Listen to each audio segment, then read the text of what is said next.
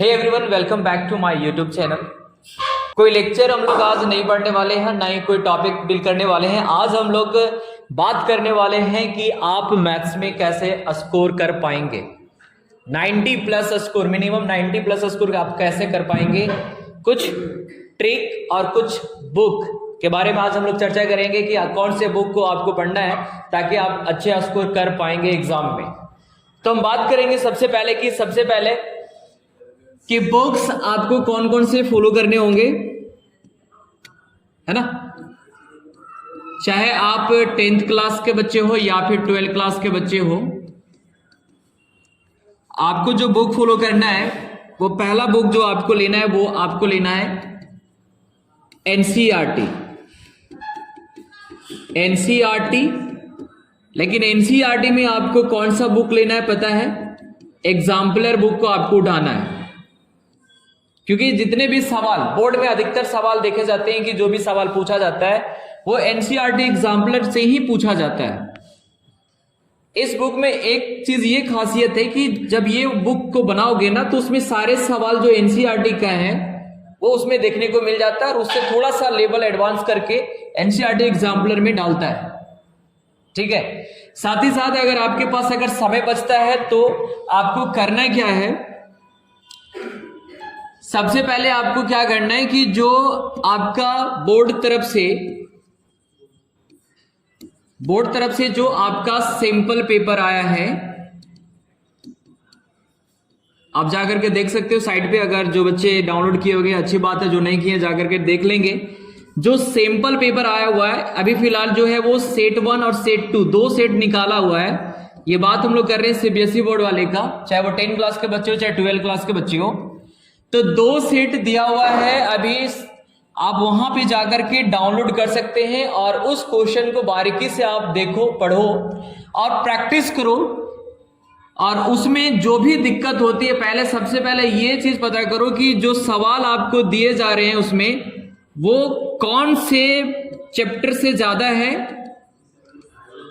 ठीक है, उसको पहले जाकर के आप अच्छे से कमांड करोगे। दूसरी चीज है कि आपको करना क्या है कि जो PYQ क्वेश्चंस होंगे, यानी कि प्रीवियस ईयर क्वेश्चन जो भी होंगे उसको भी आपको देखना होगा। मतलब वो सारे सवाल को भी आपको बनाना होगा, तभी आप अच्छा स्कोर कर पाएंगे मैथ्स में। एक बात का हमेशा आपको ध्यान रखना है कि जैसे क्या है कि बहुत सारे बच्चे क्या करते हैं कि ऑब्जेक्टिव क्वेश्चन में ज्यादा फोकस नहीं करते हैं और सब्जेक्टिव में ज्यादा ध्यान देते हैं। तो आपको ये पता होना चाहिए कि ऑब्जेक्टिव जो है वो बहुत कम चैप्टर या कम चैप्टर से सिलेक्टेड क्वेश्चन पूछे जाते हैं। और उसी के लिए क्या करना है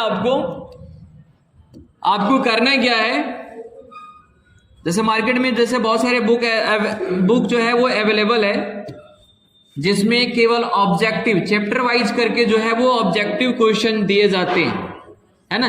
नहीं तो फिर आप क्या कर सकते हो कि नेट के माध्यम से आप हर चैप्टर वाइज का क्या करोगे, ऑब्जेक्टिव क्वेश्चन को आप डाउनलोड करके और अपने नोटबुक में इसको लिखिए और हर चैप्टर का MCQ को आप बना लो। ठीक है, क्योंकि जो लॉन्ग टाइप के जो क्वेश्चंस होते हैं ना, लॉन्ग टाइप का जो सवाल होता है वो सारे सवाल को बच्चे आसानी से बना लेते हैं और ये पता होता है कि कौन से चैप्टर से कितने मार्क्स का सवाल आता है, लेकिन ऑब्जेक्टिव में जाकर के फंस जाते हैं।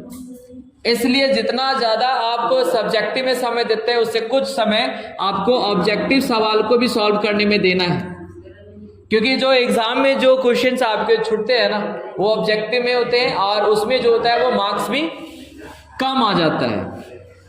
तो ये सारे कुछ बातों को आपको ध्यान में रखना है।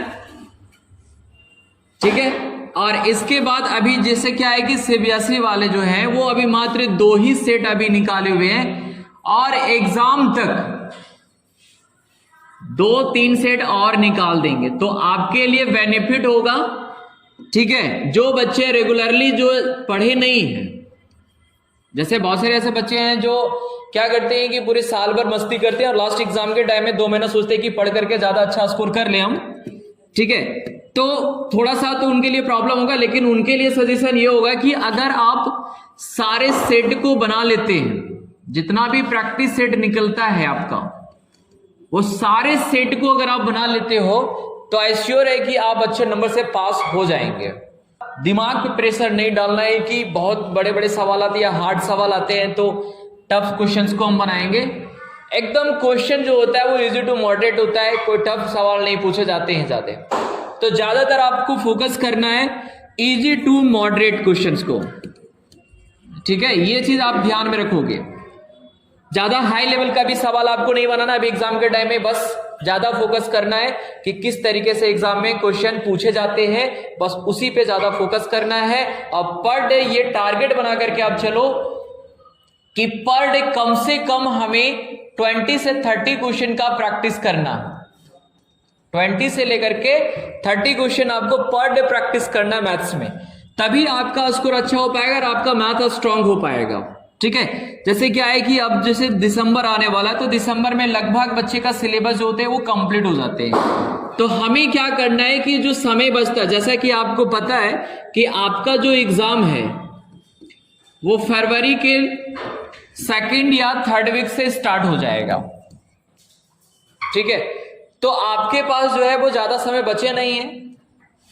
मान लीजिए कि आपके पास दिसंबर टाइम बचा, जनवरी बचा और फरवरी का हाफ बचा, तो मोटा मोटी समझ लीजिए कि आपके पास 60 से 70 डे बचे हुए हैं। अब ये इतने दिन में आपको क्या करना है, पूरा का पूरा सिलेबस को भी देखना है, कवर भी करना है। आप कैलकुलेशन अगर करोगे तो कैलकुलेट करो कि अगर एक दिन में आप अगर 20 से 30 क्वेश्चन 20 से 30 क्वेश्चन अगर पर डे प्रैक्टिस करते हो तो सोचिए कि अगर एवरेज 25 क्वेश्चन भी अगर हम लेके चलें तो 60 डे में आपके पास समझिए कि कितने सारे सवाल बन जाएंगे।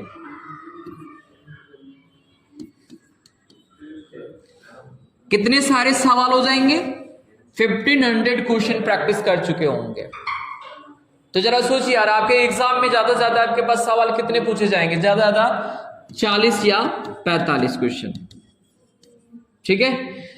तो आपको क्या करना है कि इतने सारे सवाल को अगर आप प्रैक्टिस कर लेते हो तो आपका मैथ ऐसे ही स्ट्रांग हो जाएगा, लेकिन ये कंसिस्टेंसी बना हुआ रहना चाहिए।